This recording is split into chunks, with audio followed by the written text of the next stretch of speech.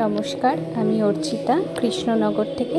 আজকে আপনাদের সঙ্গে যে রেসিপিটা শেয়ার করছি সেটা হলো এঁচোড় চিংড়ি বা চিংড়ি মাছ দিয়ে এঁচোড়।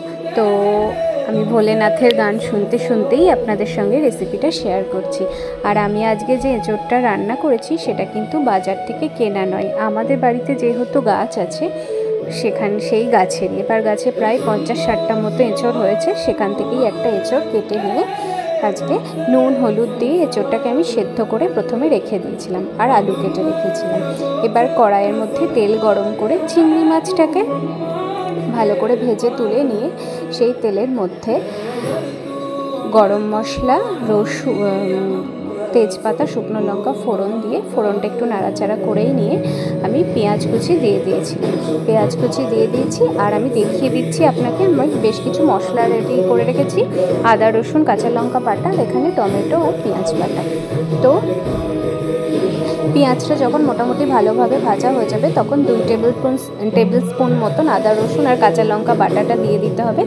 কাঁচা লঙ্কাটা আপনারা আপনাদের ইচ্ছা মতো বাড়ানো কমানো করতে পারেন, ওটা নাও দিতে পারেন সেটা।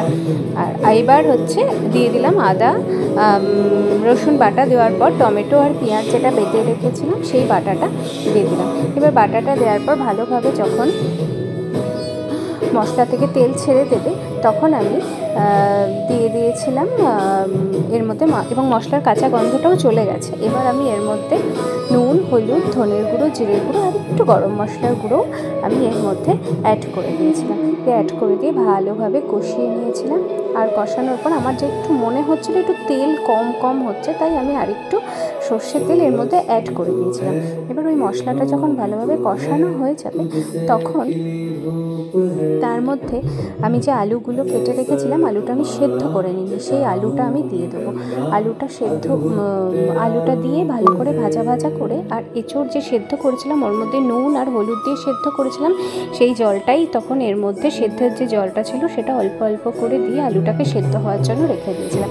এইভাবে আলুটা যখন মোটামুটি 40% মতো সেদ্ধ হয়ে যাবে তখন যে আমি এঁচোড়টা সেদ্ধ করে রেখেছিলাম সেই এঁচোড়টা দিয়ে দিতে হবে। এবার সেই এঁচোড়টা দিয়ে ভালো করে নাড়াচাড়া করে ঢাকা দিয়ে রেখে দিয়েছিলাম। ঢাকা দিয়ে রাখার পর টেস্টটা ব্যালেন্স করার জন্য আমি অল্প একটু চিনি দিয়েছিলাম। চিনিটা অ্যাড করে তারপরে আবারও একটু নাড়াচাড়া করে ঢাকা দেওয়া ছিল। ঢাকনাটা খুলে তখন আমি তার মধ্যে চিংড়ি মাছ যেগুলো ভেজে রেখেছিলাম সেই ভাজা চিংড়ি মাছটা দিয়ে দিয়েছিলাম। চিংড়ি মাছটা ভাজা দেওয়ার পর ভালো করে নাড়াচাড়া করে আর একটু জল, আমার মনে হচ্ছিলো একটু জল দেওয়া দরকার, তার জন্য একটু জল গরম করে জল দিয়ে ঢেকে রেখে দিয়েছিলাম। এবার নামানোর আগে ঘি আর গরম মশলা দিয়ে দিলেই বাস রেডি হয়ে যাবে এঁচোড় চিংড়ি।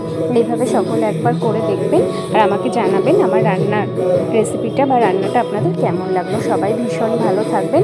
তাহলে ভোলেনাথের গান শুনতে শুনতে আজকে এঁচোড় চিংড়ি রেসিপি আমি আপনাদের সঙ্গে শেয়ার করলাম। সবাই খুব ভালো থাকবেন। আজকে তাহলে এই পর্যন্তই, আবার পরের দিন আসবো নতুন কোনো রেসিপি নিয়ে।